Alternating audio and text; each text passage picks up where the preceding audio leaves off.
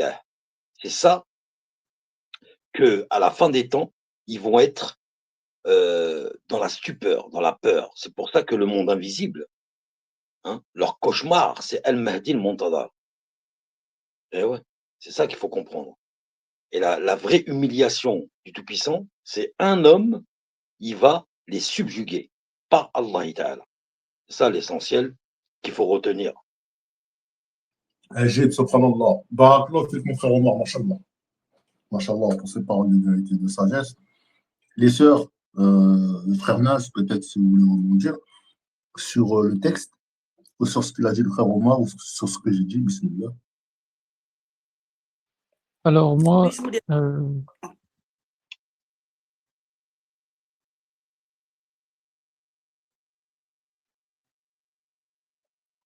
oui, je voulais rebondir sur ce qu'avait dit le frère Omar, machallah, qui a très bien parlé. Et toi, frère V, en fait, le Mahdi, c'est pas forcément en se connectant aux machines qui va débloquer des capacités, des pouvoirs, etc., par la permission d'Allah.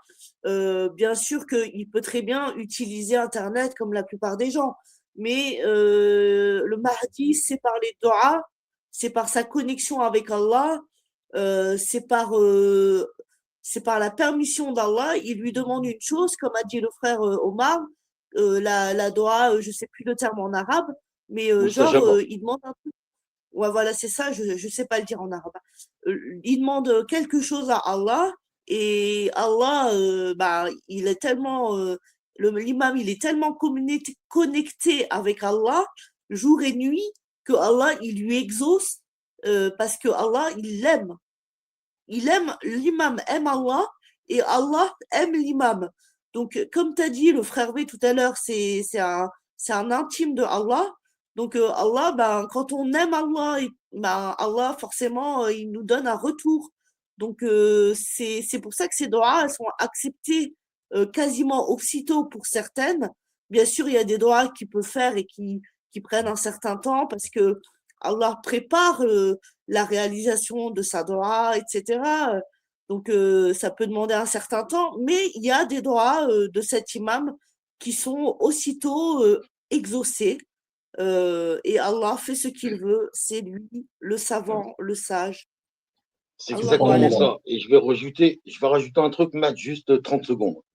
Il y a Bismillah. un truc qui est super important, où les textes, ils nous l'expliquent, subhanallah, c'est que par rapport aux calamités, au moment de signer l'imam Mahdi al-Muntadhar, c'est dire à quel point, subhanallah, que la dua mustajaba et l'accroche, l'adhérence et la proximité avec Allah Ta'ala par rapport à l'imam Mahdi et son créateur.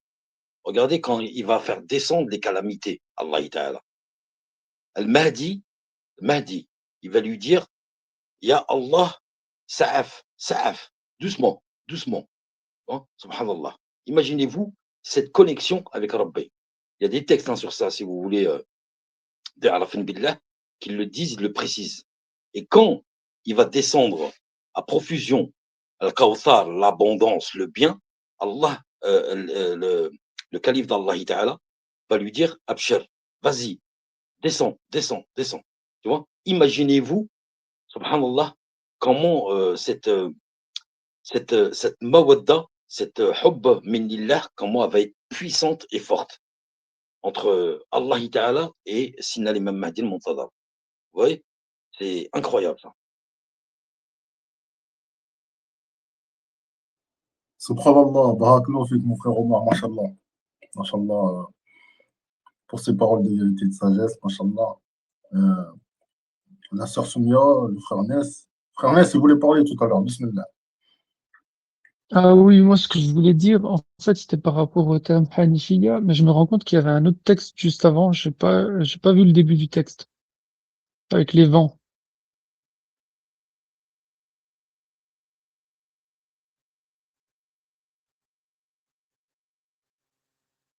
Je sais pas si vous m'entendez.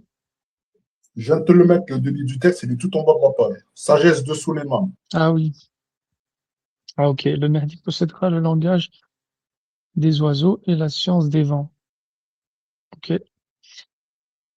Et car il est l'héritier du roi des rois. Ok, d'accord, ouais. Et je crois que de manière générale, il comprendra le langage de plusieurs animaux, non seulement les oiseaux, mais aussi d'autres animaux, il me semble. Et donc, ouais, il s'inscrit dans la lignée de Daoud et Suleyman, parce qu'Allah, il va lui donner une forme de royauté, ainsi qu'une succession à la mission des prophètes. Par rapport au terme Hanifiya, en fait, le mot Hanif en arabe, il veut dire ce qui penche, en fait. Euh, et c'est pour ça qu'on dit que Ibrahim alayhi salam, il était Hanif muslima. C'était un musulman, en fait, qui penchait vers le monothéisme euh, et qui s'éloignait, euh, penchant vers le monothéisme, qui s'éloignait de son contraire, c'est-à-dire le polythéisme, le shirk. Euh, Ensuite aussi, il penche vers l'obéissance, tout en s'éloignant de la désobéissance. En arabe, le terme hanif, il veut dire voilà, le fait de pencher vers, de se diriger vers, à l'opposé d'une autre direction. Et c'est pour ça qu'Ibrahim aussi, en ce sens, il a invoqué Allah en disant Junubni wa baniya an na'budu al-asnam. Ça veut dire Junubni, ça veut dire mets-moi d'un côté, moi et ma descendance monothéiste, et les adorateurs des idoles, des polythéistes, d'un autre côté. En fait, dans les termes hanif, il y a vraiment cette idée de distanciation, de séparation entre le monothéisme et les monothéistes, et le polythéisme et les polythéistes. Il y a même un hadith qui dit que les croyants et les mécréants, leur feu, c'est-à-dire la lumière de leur demeure, ne se voient pas les uns les autres, dans le sens où on est tellement distants les uns des autres, de par la croyance, de par les actes, que on est censé, voilà, ne pas, même pas se voir, en fait. Et donc, le Mahdi va restaurer cette voie qui consiste à pencher vers le tawhid, l'obéissance, à s'écarter du shirk et de la désobéissance. Et J'ai une question. il va s'inscrire dans cette lignée d'Ibrahim alayhi salam aussi, voilà, en rappelant qu'un des plus grands fondements, c'est le tawhid, c'est le monothéisme, et c'est sa réalisation. Euh, et, et quand on a la preuve, en fait, qui indique qu'on a peur du shirk, c'est le fait d'invoquer Allah, de nous préserver du shirk. Et d'ailleurs, on dit euh, est, euh, qui peut craindre l'épreuve après Ibrahim, sachant qu'Ibrahim, il a craint l'épreuve du shirk et il a invoqué Allah de le préserver du shirk. Donc on dit que la preuve que tu crains le shirk, c'est que tu invoques Allah constamment de te préserver ton tawhid et de te préserver, de t'éloigner du shirk. Et aussi, tu apprends en fait les détails de la législation concernant le shirk. Parce que le shirk, il est très subtil, comme le prophète il a dit dans un hadith, au point où euh, l'ostentation, par exemple, elle est à l'image d'une fourmi noire dans une nuit Ténébreuse, obscure exactement. voilà, qui marche sur un Ténébreuse, rocher. Donc, le Mahdi va venir exactement. avec la revivification de ces fondements avec lesquels tous les prophètes y sont venus, quoi. L'importance de la ilaha illallah et la mise en garde contre le shirk qui peut annuler toutes les œuvres. Donc même si on a fait par exemple une multitude de bonnes œuvres et qu'une seule de ces œuvres est basée sur le shirk, c'est-à-dire chercher à plaire à autre qu'Allah, eh ben, toutes nos œuvres seront anéanties. Donc c'est pour ça qu'il va restaurer le tawhid, la ilaha illallah dans toute sa splendeur, parce que c'est l'anse la plus solide en fait qu'Allah il a instauré, il a établi en fait la religion sur cette base. Ouais, Mashallah. exactement. Et Barakallahu on fikum, parle ces paroles aussi de des sagesse. fondations et du système, hein. Ça veut dire tout le système superficiel et éphémère, le système de Iblis, où il a singé la création, Allah Ta'ala, et le système d'Ajalik. L'imam le Mahdi, il va détruire ses fondations. C'est pour ça que toute cette intelligence artificielle et toute cette mascarade, l'imam le Mahdi le Montada, il va la détruire. C'est pour ça qu'il y a des textes qui disent que ces systèmes vont être détruit. Obsolète. Exact.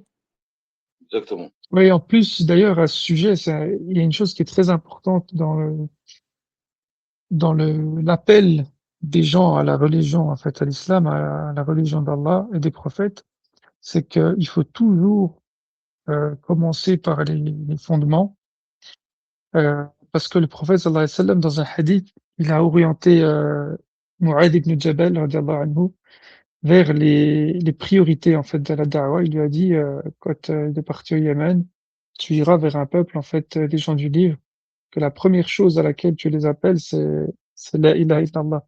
Et ainsi de suite. En fait, il a construit comme des fondations et, et sur lesquelles il a bâti en fait la demeure de la maison de l'islam. Et en fait, la base, avant toute chose, vraiment, quand on fait la da'wah, quand on appelle les gens à l'islam, c'est de les appeler à la foi en Allah, en fait. Euh, Parce qu'une fois, je discutais avec un frère et puis il me disait, ouais, une fois j'ai posé une question à quelqu'un, est-ce que tu crois en la vie après la mort, etc. Puis moi, je lui ai suggéré, en fait, comme j'avais écouté voilà, des rappels là-dessus, j'ai suggéré de commencer vraiment par la méthodologie du prophète, qui est d'appeler les gens à Allah, en fait, de croire en Allah. Quand le prophète sallallahu alayhi wa sallam, il était suscité, il a appelé les gens à reconnaître la ilaha illallah, parce que toutes les créatures qu'Allah il a créées, tous les hommes, en fait, c'est inné en eux, ils croient en caractère, au fait qu'Allah c'est le créateur, en fait. Il n'y a pas de discussion à ce niveau-là, même si de par leur langue ou de par leur attitude, ils vont manifester un reniement. C'est ce qu'on appelle le kufr, en fait. C'est le fait de cacher. Ils vont cacher la chose par arrogance, par injustice. Mais au fond d'eux, c'est ancré en eux qu'Allah est leur créateur. C'est pourquoi il faut toujours commencer par leur dire d'adorer Allah, même si ça peut nous paraître parfois peut-être pas logique, mais en fait, le fait de lui dire d'adorer Allah, ça va résonner au fond de son âme, parce que c'est inscrit au fond de lui que il a été créé par Allah et qu'il doit l'adorer que lui. Et donc, c'est vraiment important de commencer par ce fondement, cette hanifiyya, qui est basé sur l'appel des gens au tawhid, en fait, et sur laquelle repose la religion. Et comme le prophète, il a fait, il a dit à son peuple, quand il est sorti du haut du mont, il a dit, dites la ilaha illallah, et vous réussirez, vous entrerez au paradis. Et, euh, et donc, il faut vraiment pas négliger l'importance de ce fondement sur lequel repose et vers lequel revient tous les, tous les, comment dire, tout le reste de la religion. En fait, c'est comme un arbre dont la ilaha illallah, c'est le tronc ou les racines, on va dire, et puis les branches, le tronc, etc., ben, il revient, en fait, à cette racine, quoi. Ajib, subhanallah. Allahu Akbar. Alhamdulillah, ya Abdel Alamin. Barakallah fik, mon frère Nas, pour ces paroles de vérité et de sagesse, mashallah. Wa Merci fika d'avoir partagé baraka. ça. Alors, on va continuer, Inch'Allah, sur le texte suivant avec la sœur Soumeya. Si on veut bien nous lire, Inch'Allah, le texte de Jean-Baptiste Yahya alayhi salam. Bismillah.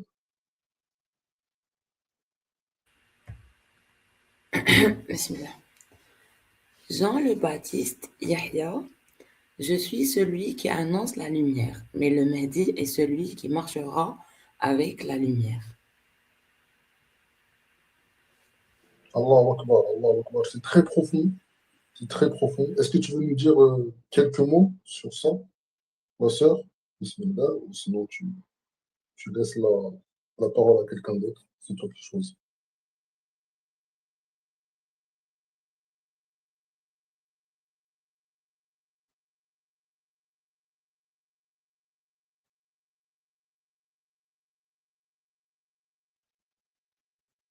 Alors, est-ce que vous m'entendez?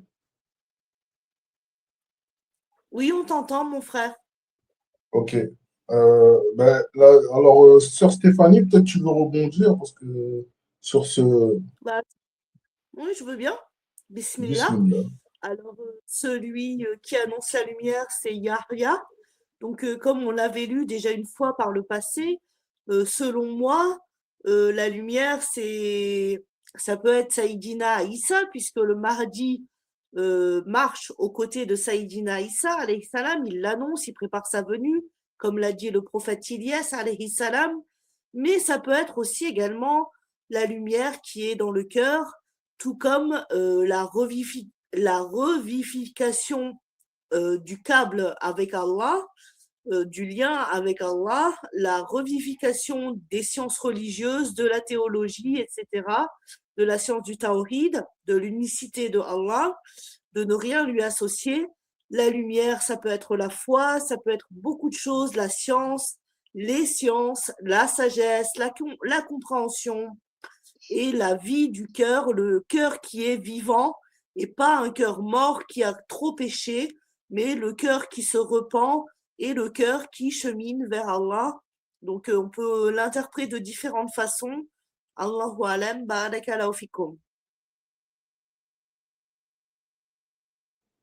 Fika Baraka, Baraka Fik ma sœur, Mashallah, pour cette belle perception. Mashallah. La sœur Sonia, tu veux t'énoncer peut-être? Bon, un petit peu. Bismillah. Ce que j'ai à dire, c'est c'est une petite lecture spirituelle. Même si ce n'est pas authentique, le sens peut être compris comme Ibrahim ou Abraham signifie la foi pure, la Hanifiya, et Yahya, Jean le Baptiste, signifie celui qui annonce la lumière.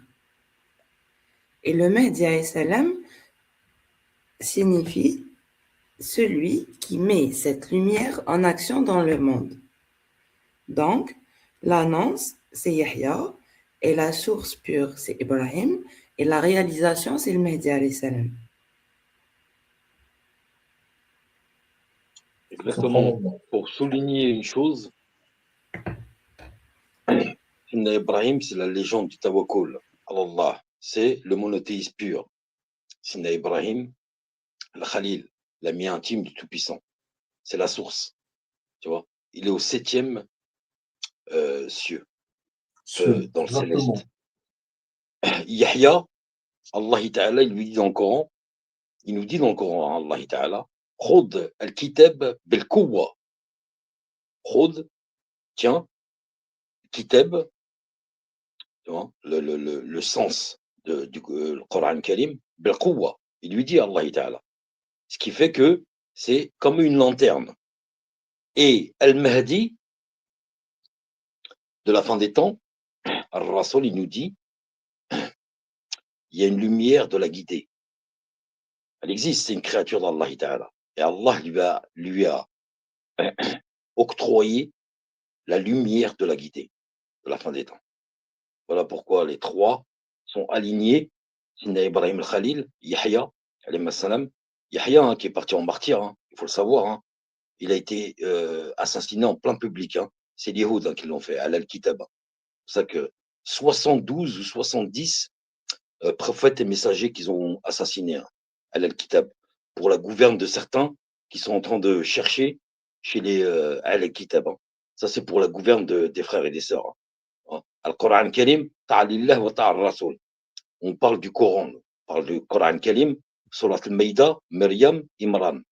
Allah Ta'ala nous dit dans Surat al-Baqarah aussi, hein, ils ont falsifié de leurs mains les écrits. Tu vois, c'est pour ça que nous, on se base sur Al-Kitab, Al-Qur'an Karim. On ne va pas ailleurs, les frères et les sœurs. À Al-Kitab, ils ont tué 70 prophètes et messagers. Et parmi eux, il y avait Yahya. Ils l'ont tué en plein public. Et après, c'est son père, Zachariah, qu'ils ont tué et qu'ils ont scié un arbre, tu vois, par l'intermédiaire et l'aide de Iblis. Ça, c'est pour votre gouverne, les frères et les sœurs, ceux qui parlent sur le chat, là, comme Amazir 213 et d'autres. Ils sont en train de parler des Juifs et de la Torah et de etc. etc. Voilà, ça c'est pour information pour les frères et les sœurs. Ils sont sur le chat là. Barakallahu fik. Mashallah.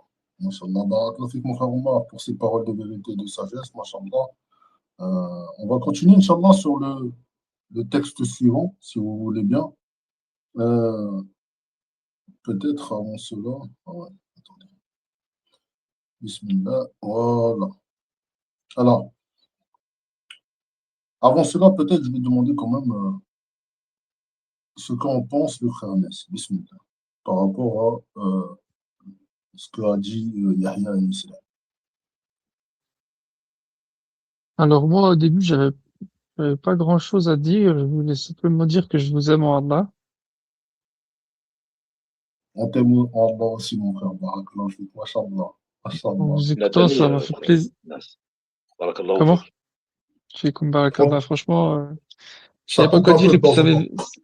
ça m'est venu à l'esprit. J'ai dit, voilà, je leur dirais que je les aime en Allah.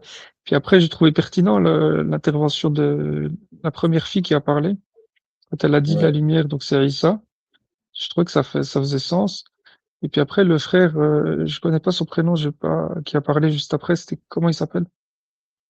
Le frère Omar. Omar. Omar, voilà, aussi c'était pertinent, puis ça m'a donné une réflexion, en fait, quand il a dit que Yahya, donc, il s'est fait tuer par les Al-Kitab. Et en fait, l'idée qui m'est venue à l'esprit, c'est que le Mahdi, il va marcher, en fait, avec cette lumière dans le sens où il va la réaliser.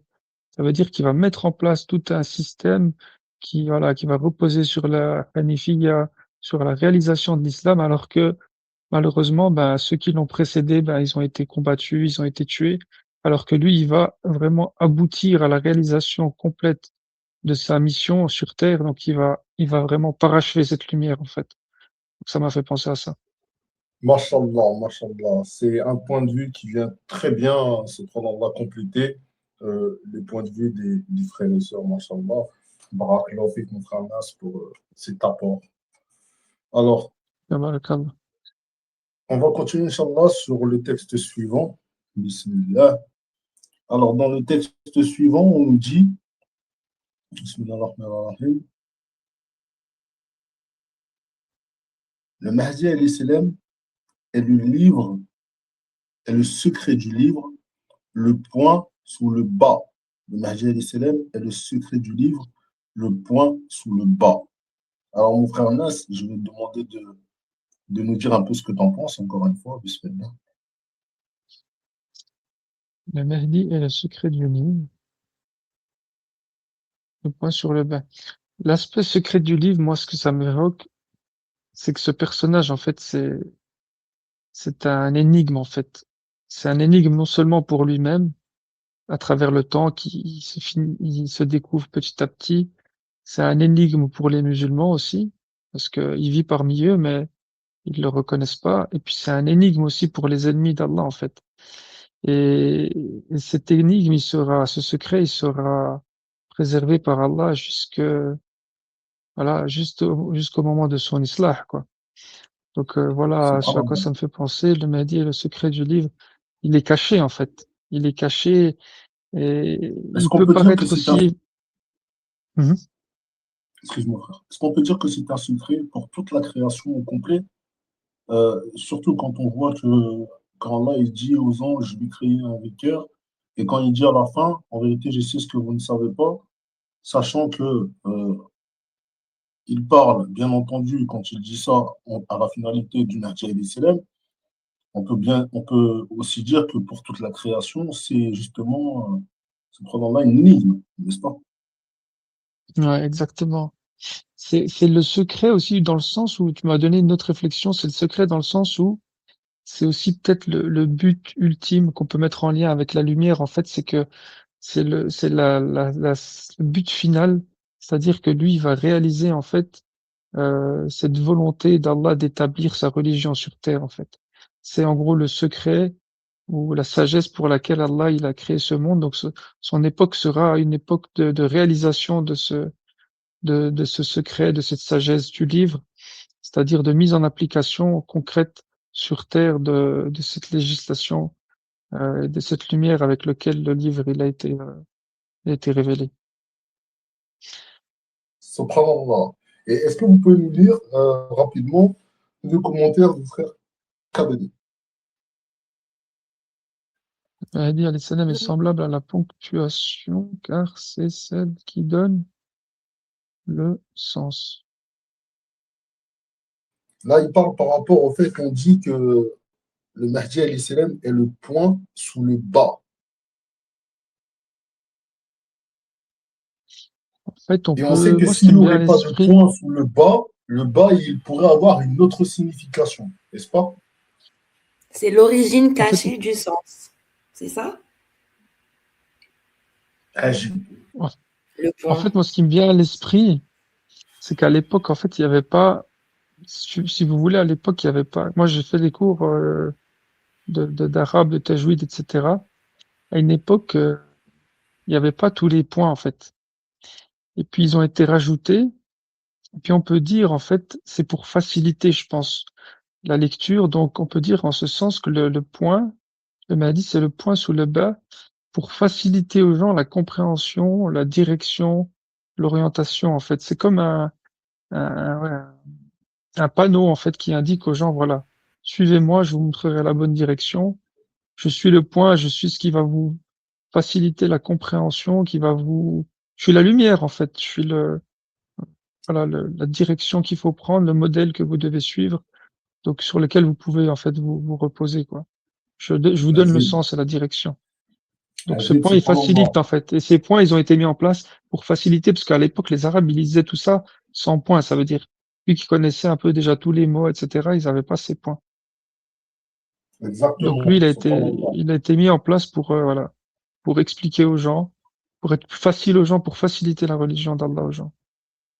Exactement. En fait, le point sous le bas, c'est ce qui vient expliquer l'essence du mot. L'essence. C'est-à-dire que, par exemple, vous prenez des olives, vous allez le presser, l'olive. Ça va vous donner de l'huile, d'accord? Oui, voilà, Quand c'est c'est exactement pressé, ça. voilà. Et ben lui, et ben c'est comme si vous, aujourd'hui, nous, on a des olives, mais Dieu, il vient, il presse les olives et il nous donne l'huile d'olive. Voilà. L'essence de la révélation d'Allah. Tout simplement, c'est ce que Comme, ça veut dire comme le le point sous le noyau, bas. comme on disait auparavant. Comme un Est-ce qu'on peut noyau. dire en fait, dans le sens contraire, on peut dire que si on retire le bas, c'est-à-dire pour nous, on va dire musulmans vivant à cette époque, on va pas reconnaître, en fait, si on retire le point du bas, on va pas reconnaître si c'est un ta, si c'est un ba, si c'est un fa. Pour les Arabes de l'époque, c'est très simple. Mais pour nous, en fait, ce bas, ce point sous le bas, il fait tout son sens et puis il est Il fait toute la nécessaire, en fait. différence.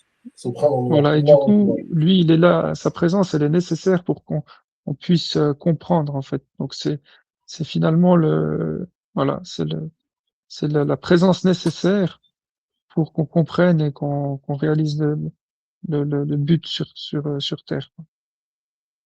C'est exactement ça. Et c'est même plus que ça. Dans un texte, il y a des Subhanallah. virgules et il y a des points. Par sur les T et les points sur les I. Il y a un point sur un texte, il y a des virgules et il y a un point, une terminaison. Vu que c'est le Kalim Allah, le Coran qui parle, c'est le point final, terminaison. C'est ça que le texte veut dire par rapport à d'innombrables interprétations. Mon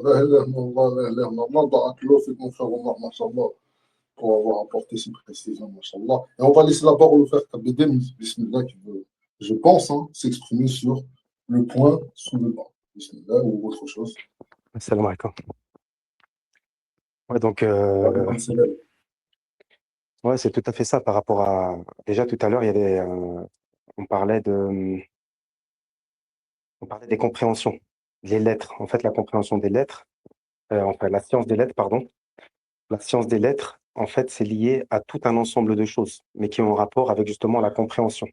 Pourquoi le Mahdi, alayhi salam, pourquoi il a des compréhensions qui lui sont propres? Bah, parce qu'il détient justement l'héritage prophétique, alayhi salam. Donc, il y a toujours cette fameuse euh, confrontation entre l'émetteur et le récepteur. L'émetteur, c'est le message divin, mais ce message divin, il arrive à une époque où les pistes, elles sont brouillées. Pourquoi? Parce que le vrai message originel, il a été voilé donc par un certain nombre d'années, puis par, comme on a dit, la fitna du Dajjal, parce que c'est ça le but, on a expliqué, la cohérence du recul spirituel pour pouvoir observer cette scène d'ensemble. C'est un message qui a perdu son essence. Pourquoi? Parce que ce message, depuis la mort du prophète, alayhi salatu wassalam, il a été, par la fitna du Dajjal et Iblis, il a été fourvoyé, il a été divisé, il a été dispersé. Le Mahdi, alayhi salam, qui est le revivificateur, il le fera justement à l'aide de tout ce qu'on a cité depuis tout à l'heure, les munitions des prophètes, alayhi salam, mais il y a aussi ses compréhensions. Ces compréhensions, elles sont liées à sa spiritualité et à l'impact de ce que le message coranique, prophétique a en lui. Ça résonne en lui parce qu'il a les options en lui pour décoder ces choses-là. Et Allah va le faire de manière, comment on va dire, petit à petit, de manière successive, à travers des étapes. Donc, ça veut dire qu'il a les munitions des prophètes, comme on a dit, alayhi salam, qui lui sont nécessaires, et il a ces lumières divines, justement, qui sont des compréhensions. Donc, comme il a l'héritage, la science des lettres correspond à un ensemble de choses, dont les compréhensions, à travers soit la méditation, soit l'ilham, l'inspiration, soit la réflexion, soit la prière. En tout cas, il a des aptitudes, on va dire, des capacités, on va dire ça comme ça, qui lui permettent d'être le dépositaire de la wilaya. Donc au final, c'est en lui, cet héritage, et la ponctuation, justement, ça va signifier le fait que la réelle compréhension des choses, il va la détenir parce que c'est lui qui va montrer la direction.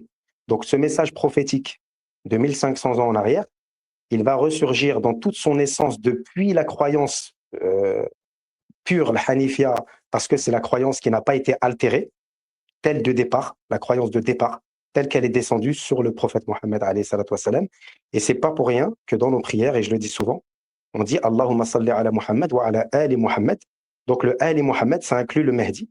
Kama sallaita ala Ibrahim wa ala ali Ibrahim. Fil alamin innaka hamidul majid. Donc Allah, il a laissé des preuves, même dans nos actes d'adoration à nous, pour que même des jours aujourd'hui, on peut être négateur. On n'a pas la science infuse. On peut s'opposer des fois, même secrètement dans nos esprits, dans nos têtes, à des réalités et à des vérités, par limite, par ignorance, par insouciance. Mais Allah, il a laissé des preuves dans sa rahma pour qu'on puisse toujours retrouver notre chemin. Et si on chemine sincèrement, on va réussir à assembler certaines parties de toute cette science que Allah met à disposition à l'humanité à travers les textes, mais aussi à travers les causes. Et dans les causes, il y a les serviteurs et les servantes, d'accord? Parce qu'une communauté, c'est un édifice et c'est un seul bloc. Et en fait, la Ummah, et c'est ce qui est demandé par Allah, par le biais du prophète, c'est d'avoir un état d'esprit de la Ummah. Ça veut dire d'être profitables les uns pour les autres. Ne pas s'envier, ne pas se détester, ne pas se jalouser. Pourquoi? Parce qu'à partir du moment où on rentre dans ces états d'esprit qui sont négatifs, on ferme la porte à la rahma d'Allah qui a été distribuée sur la terre. Donc on empêche le message de circuler et on ne fait plus partie momentanément de as-salat ou az-zakat. Parce que l'aumône, c'est toujours être profitable et utile pour son frère. Donc à partir du moment où on coupe ça, en fait on nous ampute d'un état d'esprit du croyant, qui est de croire, de faire le bien, de donner la zakat. Donc d'aller toujours cette ouverture vers le prochain pour lui être profitable, comme Allah le décrit dans Hezbollah, Humul Fa'izoun. Ce sont des gens qui ont un état d'esprit qui tirent les gens au maximum des ténèbres vers la lumière. Donc on voit bien que c'est le parti d'Allah qui est le victorieux, Humul Fa'izoun, les bienheureux. Pourquoi? Parce que Ulaika ala hudan min rabbihim wa ulaika humul muflihun. Ce sont eux qui sont sur le chemin de leur Seigneur et ce sont eux qui vont gagner à la fin, les bienheureux. Pourquoi? Parce qu'ils ont atteint des degrés, on va dire, et que Allah leur a donné la bonne compréhension de la religion pure telle qu'elle est descendue au début. Et ce sont des axes centrales qui sont des conditions sine qua non pour être guidés. À partir du moment où on rentre dans un autre état d'esprit, on devient un obstacle à la vérité et un obstacle à son prochain et un obstacle à la satisfaction d'Allah finalement. Mais Allah ne fait du tort à personne, c'est nous qui nous faisons du tort à nous-mêmes. Wallahu a'lam. Exactement, je dois rajouter une chose par rapport à ce qu'il vient de dire. C'est exactement ça. Alhamdulillah, Allah ya'awnna, Allah yastar alayna. Al-Mahdi, il est appelé le Hujja minillah et le Hujja par le prophète Mohammed alayhi salam, l'hérédité.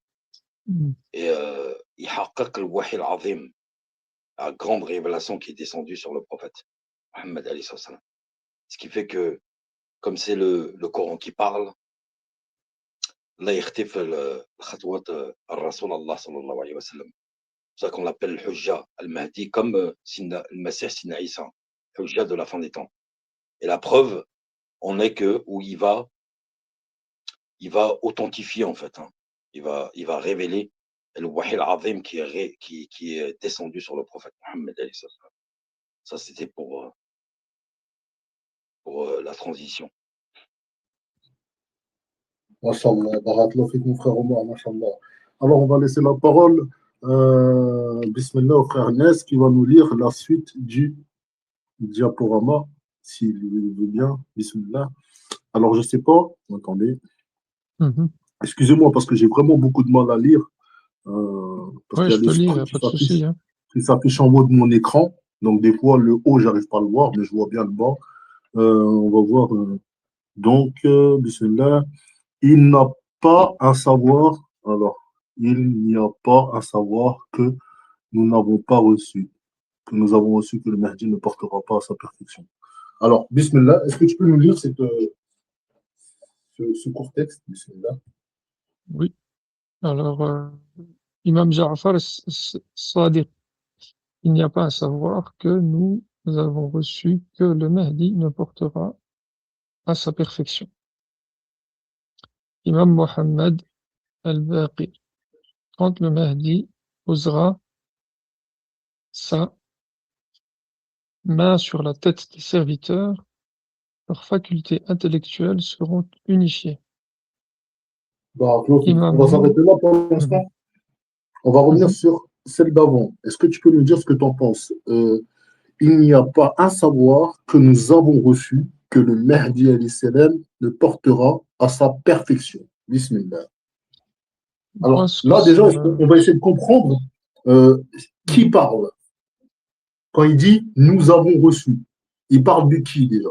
Et ensuite, à partir de là, peut-être on pourra. Est-ce que tu as une idée de qui il parle qui dit il n'y a pas à savoir que nous avons reçu que le Mahdi alayhi salam ne portera à sa perfection?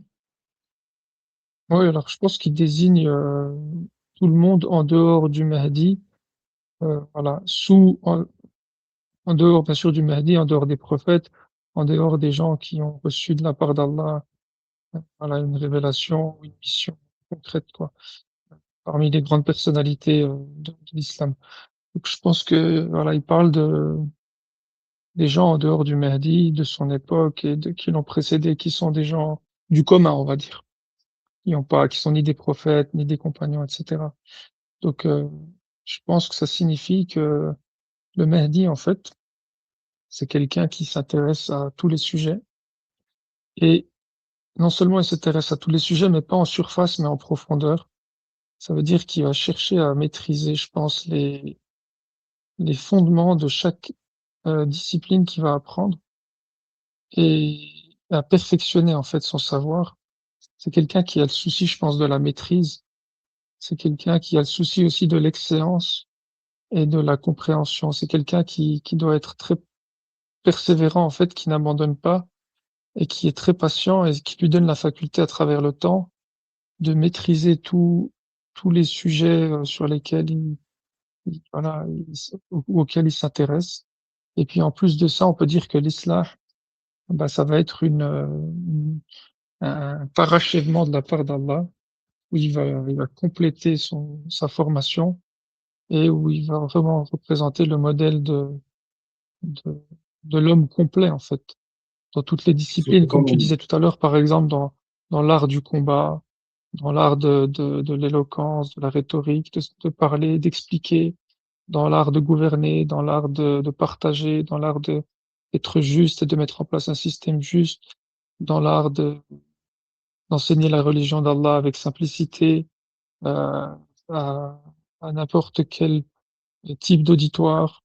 Donc c'est vraiment un homme qui va maîtriser tous les sujets euh, de manière profonde et qui va être capable de les expliquer de manière basique, je pense. Subhanallah, Allahu Akbar. Barakallahu fik, Moukhel Nes, mashallah, pour ces paroles de vérité et de Rafika Barakallah. sagesse. C'était très bien, mashallah. Alors, on va laisser maintenant, peut-être rapidement, la parole à la sœur Stéphanie, qui va nous dire ce qu'elle en pense davantage. Bismillah.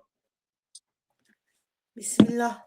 Alors, dans le premier texte, j'en comprends, comme l'a dit le frère Ness, machallah, que le Mahdi, c'est un chercheur, c'est-à-dire que dans les savoirs, les sciences, les connaissances, il va, il va aller au fond des choses et conceptualiser ses savoirs jusqu'à ce que ben, sa recherche, c'est les recherches qu'il va faire avec les scientifiques, les intellectuels, il saura les expliquer d'une façon pédagogue, c'est-à-dire en toute simplicité, de façon concise, avec des exemples qui vont permettre aux gens de comprendre en fait les sciences, mais aussi d'approfondir à travers ces différents travaux de recherche pour faire par exemple des découvertes dans le domaine de la médecine, dans le domaine de la physique, dans le domaine de l'astronomie, dans le domaine de la biologie, dans le domaine théologique, etc. Donc, en fait, là, l'imam Jafar as-Sadiq, eh bien, il dit il n'y a pas un savoir que nous avons reçu. Donc, nous, ça peut être les gens de la maison prophétique, parce qu'on sait que l'imam Jafar al-Sadiq, c'est un des Ahlul Bayt, un descendant du prophète, sallallahu alayhi wa sallam. Et donc, ces gens-là, ils sont inspirés. L'imam Ali était un imam inspiré. Les gens de la maison prophétique reçoivent des dévoilements de la part d'Allah, des inspirations, les descendants du prophète. Donc le Mahdi reçoit aussi, il est inspiré par Allah et grâce à ses inspirations et à ses connaissances qu'il a pu faire durant ses études, en tant qu'autodidacte par la suite, il a pu diriger certains travaux de recherche scientifique vers son objectif, et par son objectif qui est de prouver l'islam, de prouver la véracité de l'islam, eh bien les chercheurs ont très bien pu se dire ah bah oui, on va mettre en question, on va revenir sur un verset du Coran ou un hadith et on va voir si l'islam est vrai. Ça va dépendre de la perspective du chercheur. Si c'est un musulman, ça va être pour prouver la véracité de l'islam. Si c'est un mécréant, ça va être pour savoir, etc. Et donc, l'imam Mahdi, par sa direction de faire des recherches, comme on sait que voilà, il inspirera beaucoup de gens, hein, eh bien, ces chercheurs vont prouver la véracité de l'islam parce que c'est comme ça, l'islam est vrai, authentique. Donc, quoi qu'en dise, quelle qu'en soit la répulsion des mécréants, l'islam illuminera le monde et la plupart des gens seront musulmans. Allahu alam, barakallahu fikum. Subhanallah. Barakallahu fik, ma sœur, mashallah, pour ces paroles de vérité et de sagesse.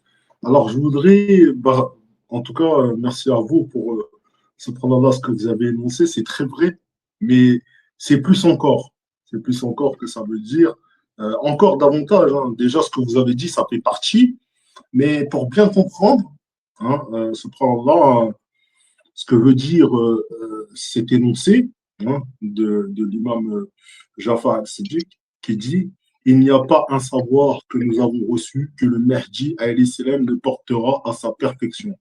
Alors, ça a rapport avec un autre texte qu'on a pu étudier dans les diaporamas précédents, où il est dit que l'imam Mahdi alayhi salam, il puisera, hein, subhanallah, il ira puiser sa science hein, à la source, hein, c'est-à-dire qu'à la source, il ira puiser sa science à la niche d'où viennent toutes les autres lumières. Alors, écoutez bien, il ira puiser sa science à la niche d'où viennent toutes les autres lumières. C'est-à-dire que la niche d'où toutes les autres lumières, ils ont puisé leur science, la niche de laquelle toutes les autres lumières elles sont nées, hein, et ben l'imam Mahdi alayhi salam, il n'ira pas chercher à la lumière, aux lumières directement, il ira chercher à la source de cette lumière, de ces lumières-là. D'accord? À la source de ces lumières-là. C'est-à-dire que, pour vous expliquer, d'accord, subhanallah, concrètement, par rapport à le texte qu'on a devant nous, hein, et après je vais laisser la parole au frère Omar qui va, je pense, sûrement très bien compléter cela. La niche, en fait, c'est la source directe de la science d'Allah. C'est pour ça que là, quand on nous dit que, et là, quand on nous dit ça, c'est pas par rapport simplement aux gens qui n'ont pas de science. Non, non, non, là, on nous parle dans le nous de tous ceux qui sont, hein, subhanallah, serviteurs d'Allah. Tous ceux qui sont dans la proximité du Créateur. D'accord? Et donc là, quand on nous dit ça, tous, sans exception, hein, donc on nous explique qu'il n'y a pas une seule science que tous ceux qui étaient dans la proximité d'Allah, ils ont reçu, que le Mahdi alayhi salam ne portera pas à sa perfection. La ilaha illallah, la ilaha illallah. Ça peut être, bien sûr, des sciences scientifiques, physiques, tout ça, mais pour la plupart, hein, ces sciences dont on parle, c'est les sciences d'Allah. D'accord? Les sciences d'Allah. C'est exactement, je pense, Allah Alam, hein, ce dont on nous parle dans ce texte. Et je laisse la parole au frère Omar pour terminer. C'est exactement ça, ouais, mais barakallahu fik. Et c'est ça, il y a deux choses. Ru'aynid amiq, les profondeurs de l'océan. Exactement ça. Il y a des textes des Arafin Billah qui parlent des profondeurs de Sayyidina l'imam Mahdi Montadar qui sont indéfinies. Ça, c'est par rapport à ce qu'on disait tout à l'heure, par rapport à l'alm, la dunya, la science inspirée par et à travers, tu vois, la proximité d'Allah Ta'ala, tu vois, Ruh lillah et l'inspiration, l'ilham. En fait, ça, il y a deux choses. Il y a ce que vous venez de dire là, Mahdi et la sœur, par rapport à la science des Anbiya, des Risala et de ceux qui sont avertis déjà, avant l'événement de Sayyidina l'imam Mahdi al-Muntadhar. C'est pour ça qu'il y a les Arafin Billah, ils ont dit, nous avons tous pris de la science de Sayyidina l'imam Mahdi al-Muntadhar, même si celui-ci vient après nous. On l'avait expliqué aussi avec le prophète. Et Ru'aynid Aniq, c'est les profondeurs de l'océan. Il y a deux temps, il y a deux thèmes.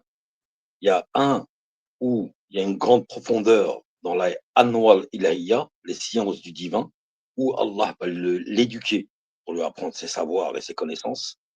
Anwal Ilahiyya, hein, de toutes les couleurs.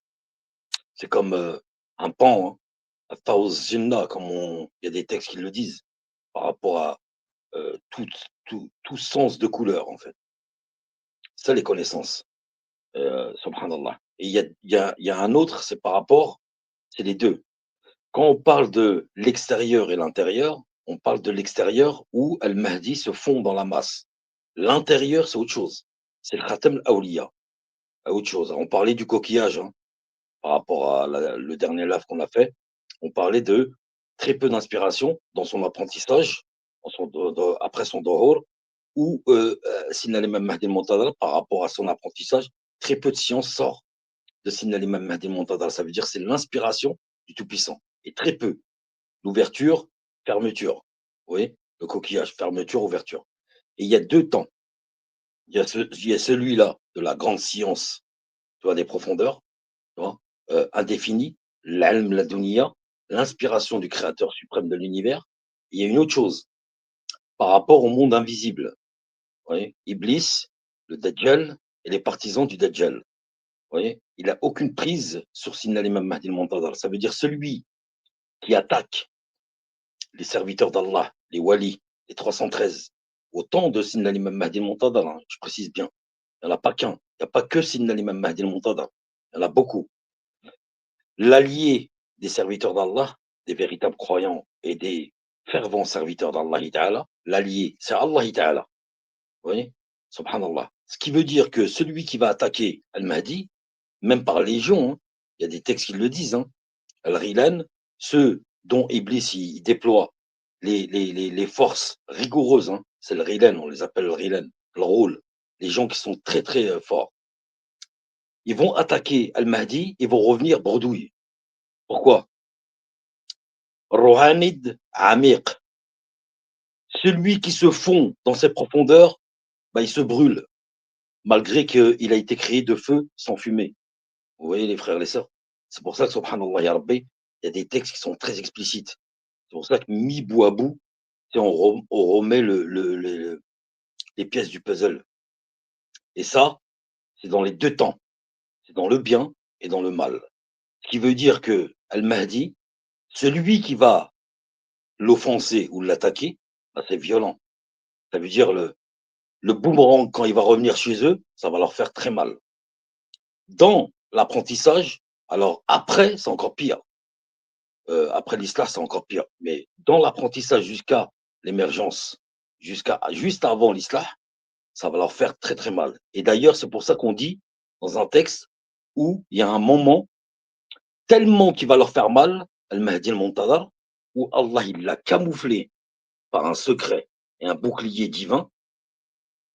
Au moment, quelque temps avant l'islam, ça va être très difficile pour le Mahdi. Pourquoi? À cause de ça, par rapport à l'hostilité et les ennemis. Mais subhanallah, Allah Ta'ala, on sait à travers les textes, on le sait qu'il va avoir un coup de pouce, un coup de boost par le divin, Allah Ta'ala, par rapport à la Jiniya, par rapport à beaucoup de singes là, de rats là qui vont l'attaquer. Ça va être très difficile, subhanallah. Et après, Allahu A'lam, par la grâce d'Allah Ta'ala, j'ai essayé de donner un sens. Subhanallah. Allahu Alhamdulillah. Akbar. Alhamdulillah, ya Rabbil Alamin. Barakallahu fik, mon frère Omar, pour ces paroles de sagesse. On va laisser la parole au frère KBD qui est monté. Salam alaikum, mon frère KBD, sois le bienvenu. Salam Je veux alaikum. t'énoncer peut-être sur un texte ou peut-être sur celui qui vient après. Bismillah. On en est où là?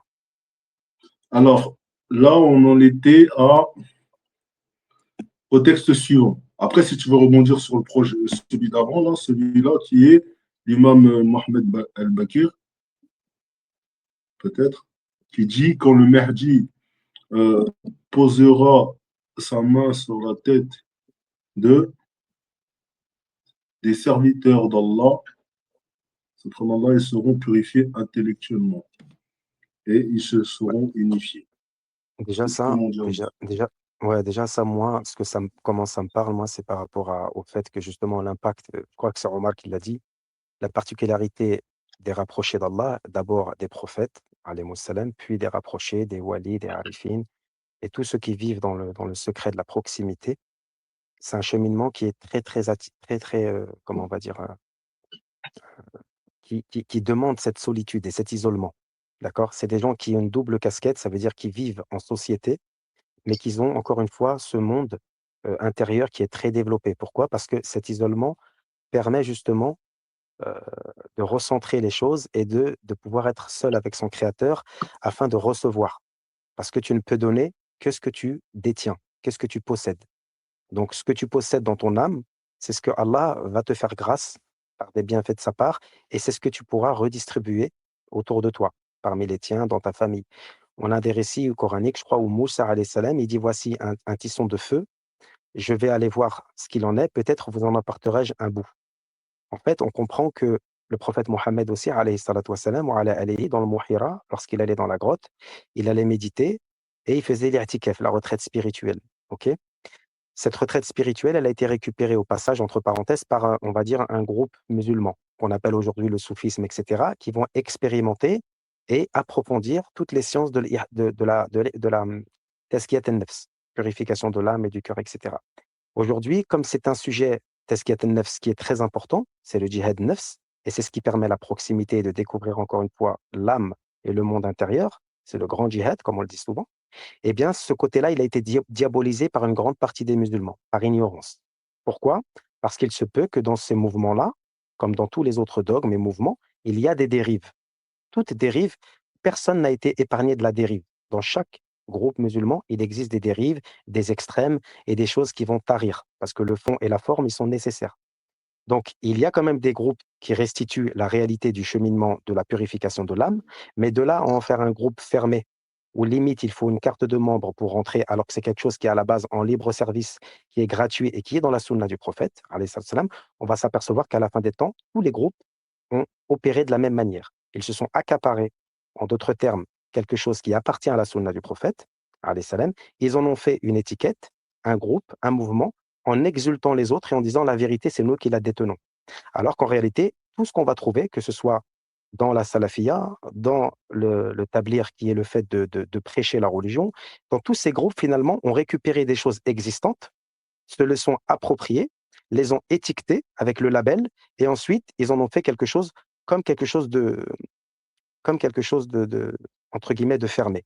Alors que, encore une fois, je répète, toutes ces choses font partie, lorsqu'on observe la vie du prophète, alayhi salatu wassalam wa alayhi, il a tout ça en lui, dans la manière dont lui l'a fait. Nous n'avons pas besoin, pareil pour les écoles juridiques. Les 4 imams n'ont pas fondé ces écoles. Lorsqu'ils sont morts, ce sont les gens après eux qui ont créé les écoles juridiques.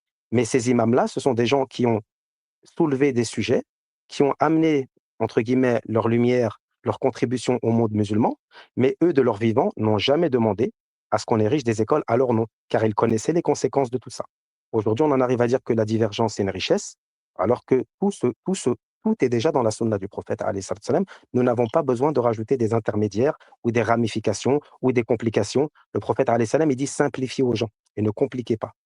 Donc, pour revenir à, quand on parle du Mahdi, alayhi salam, le fait qu'il pose sa main sur la tête des serviteurs, ça revient aux aptitudes qu'on avait dit quand il parle aux âmes et au cœur des gens. Et ça veut dire que l'éveil spirituel dû à l'impact du Mahdi alayhi salam par rapport aux serviteurs, elle va être semblable à comme un guérisseur qui pose sa main sur la tête et les gens y retrouvent l'éveil spirituel, c'est-à-dire le réveil. Et quand on dit tout à l'heure qu'il connaissait la réalité des vivants et des morts, ou qu'il connaît ou qu'il connaîtra, c'est justement lié à ça. C'est par cette connaissance-là qu'il sera capable, par la permission d'Allah, de parler à différents publics, peut-être même en même temps ou en simultané, et que chacun, en fonction de l'état dans lequel il se trouve, aura son éveil spirituel à son état, à son degré, par rapport à l'impact de la présence ou des paroles, ou même de la spiritualité qui émane de lui. Parce qu'il parle par la permission d'Allah, et il a ce qu'on appelle, il connaît la réalité des vivants et du mort. Et si on reprend les propos du prophète Mohammed, alayhi salatu wassalam, qui dit que la différence entre un vivant et un mort, elle se situe justement à l'intérieur de l'âme, c'est qu'il y en a un, il est en lien constant avec Allah, il invoque et il l'évoque, et donc il marche avec cette lumière sur la terre, et le mort, c'est celui qui vit sans son créateur, il est éloigné de lui. Donc, connaissant l'état du vivant et du mort, et ce qui l'amène à revivre et ce qui l'amène à mourir, alors il est en capacité, lorsqu'il va, entre guillemets, parler ou développer ou faire certaines, on va dire, interactions, je ne sais pas comment on pourrait dire, avec les gens, dans la société en réalité, en face à face, dans la réalité de la vie, alors on peut considérer, ou Allahu a'la wa a'lam, que ça revient à poser la main sur leur tête. Et je n'ai pas le texte sous les yeux, c'était, je ne sais plus comment c'était formulé, je n'ai pas le texte sous les yeux. Je crois que la page, elle est, je crois que c'est la page d'après peut-être. Voilà. Quand le Mahdi posera, la page d'après, posera voilà, sa main sur la tête des serviteurs, leur faculté intellectuelle sera unifiée. Et voilà, je voulais dire une dernière chose par rapport à ça, c'est que le Mahdi, alayhi salam, ce qu'il va détenir, c'est le Fils de l'homme, d'accord? Et on sait qu'il n'a pas de shirk, il n'a pas de savant, etc. Il ne suit pas une mouvance, il ne suit pas une influence. Il suit un cheminement dans lequel Allah le met de manière forcée, c'est-à-dire de manière, il n'a pas le choix. C'est une affaire, Allah, il détient la télécommande des cœurs.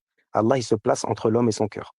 Et donc, c'est facile pour Allah de créer des situations et des épreuves proportionnées et proportionnelles à la capacité de l'âme et à ce qu'elle détient, à ce qu'elle contient, pardon. La yukallifu Allahu nafsan illa wus'aha. Et par ce procédé, il amène son serviteur exactement là où il veut. Et le Mahdi, alayhi salam, va, par ce cheminement-là, être débarrassé, entre guillemets, des influences. Omar, il l'a dit, il y a un verset qui dit, quand Shaitan, il dit, je vais faire, donc il menace à la droite, à la gauche, et il promet que la plupart des descendants d'Adam alayhi salam ne seront ingrats vis-à-vis d'Allah. Allah, il lui dit, vas-y, j'emplirai l'enfer de toi et ceux qui te suivent, illa ibadil mukhlasin. Donc Allah, il a déjà expliqué que Iblis n'aura pas d'emprise sur certaines catégories. Et il l'a dit Omar, donc le Mahdi, par excellence, alayhi salam, fera partie des gens dont il sera préservé, et on retrouve ça avec l'arche de Noé, et le fait que les croyants sincères, les rorabas, les étrangers, vont monter dans cette arche de vérité et de préservation de la noyade, de la perte. Innal insana lafi khusr illa alladhina amanu wa amilus salihat wa tawassaw bil haqqi wa tawassaw bis sabr. Donc la réalité coranique, elle ne va que dans le même sens en fait, elle est cohérente dans tout. Que tu peux prendre le verset de l'Asr, tu peux prendre l'arche de Noé, tu peux prendre la réalité de l'affaire du Mahdi, tu vas trouver c'est toujours le même processus. Donc certains vont être sauvés de la noyade, de la fitna, du Dajjal, d'Iblis, parce que c'est des gens sur lesquels Allah a déjà mis la préservation. Allahumma anzal alayna ash-shifa wal afwa wal huda wal afwa wal afiya. Cette préservation-là, elle englobe tout.